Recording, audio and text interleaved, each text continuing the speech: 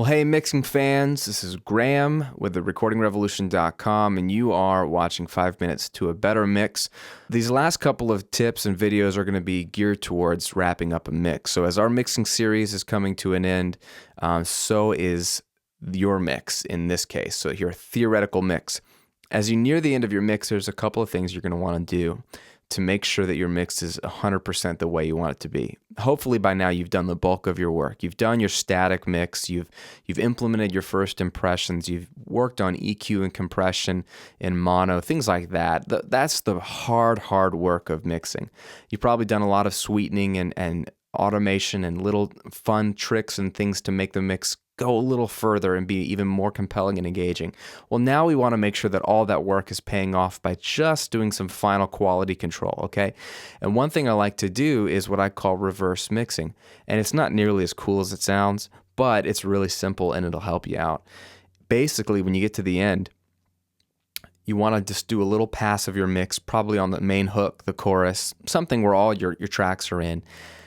And you basically want to turn the volume all the way down. Like literally, I would grab the monitor knob on my monitors or on the interface, your volume knob for your final output. Grab that knob with your hands and turn it all the way off so you can't hear it. Don't put the mute button, just turn the volume knob down while you're pressing play. So the mix is going and you're hearing nothing.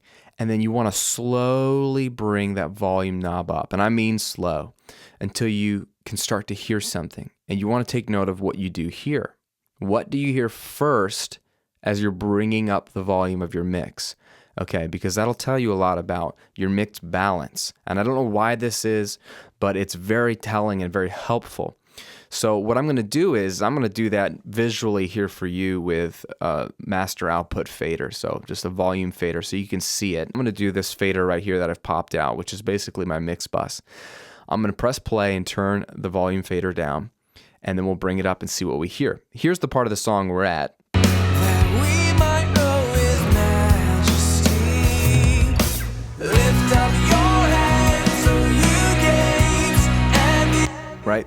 Right in the middle of the hook.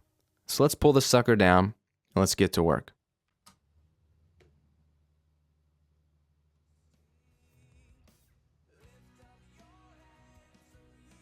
Right? So right now at this volume, I can actually hear lead vocal, snare, some of the lead guitars. Let's bring it up a bit more.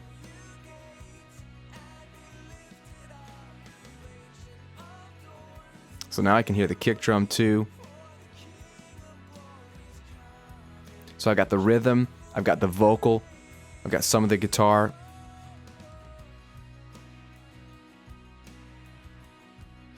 Why is this important? What is it telling me? That's telling me that I've got a good balance on kick, snare, and vocal, which in my mind are the three most important tracks in any modern mix. Doesn't matter what genre you're at. If you have vocals and drums, this is what you got to have. Kick, snare, vocal, okay?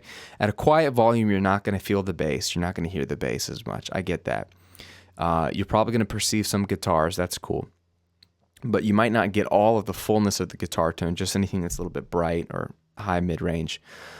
But what I'm listening for constantly is when you bring it up, are the vocals sitting on top of all of that? Number one. And can I hear the snare drum? Those are the first two things I want to hear. And then number three, if I can hear the kick drum, I'm feeling good about it. Because that tells me that the vocal isn't buried. It tells me that the snare drum isn't buried.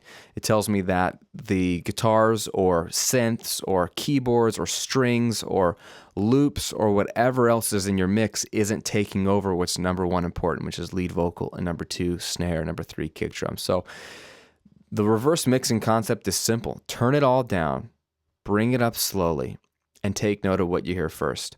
If on this example we heard lots of guitars and then the vocal was kind of buried underneath them, that would tell me that I needed to go back to the mix and adjust that balance of vocal to guitar. Because sure, most people aren't going to listen to the mix at this ridiculously low volume. I get that.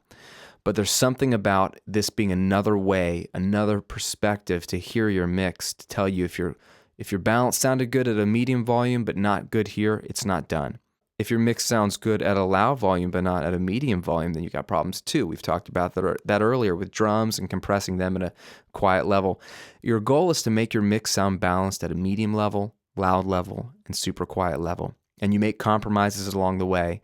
And in the end, you get a mix that's more palatable in a lot of different environments and a lot of different scenarios. So they're all tools to help you get a more balanced mix. You don't want a mix that just sounds good in one set of speakers in one room at one volume level.